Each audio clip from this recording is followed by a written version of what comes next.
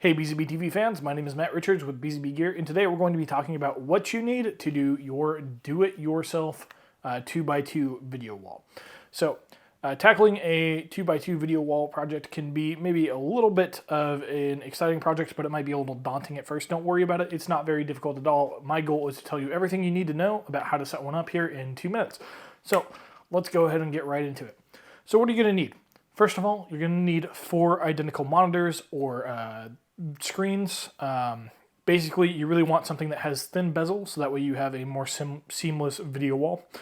And you also want to make sure that they have compatible VESA wall mounts. So those are going to be the 2 criteria that you're really looking for in monitors or TVs. You just want to make sure that they're the same and that they have small bezels and that you can mount them as well.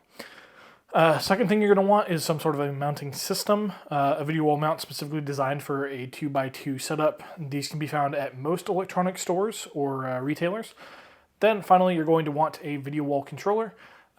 If you go with something like our video walls, a lot of them actually have controllers built in, either through software or other things. So that's another thing that you want to be cognizant of. And then the last thing that you guys are going to need is going to be cables, connectors, something to play the media off of, and then of course you're going to want to have tools. You can't really build a video wall without the tools. So basically all you're going to need to do is you're going to have to plan it out, figure out a wall that you can utilize that has proper supports, so that way, you know, when you install the video wall it doesn't fall down. Then you just want to make sure that you do your measurements right, you can mount it all up, plug them all in, and then you can run your content through it. So that's going to be it for how to set up a 2x2 video wall DIY style.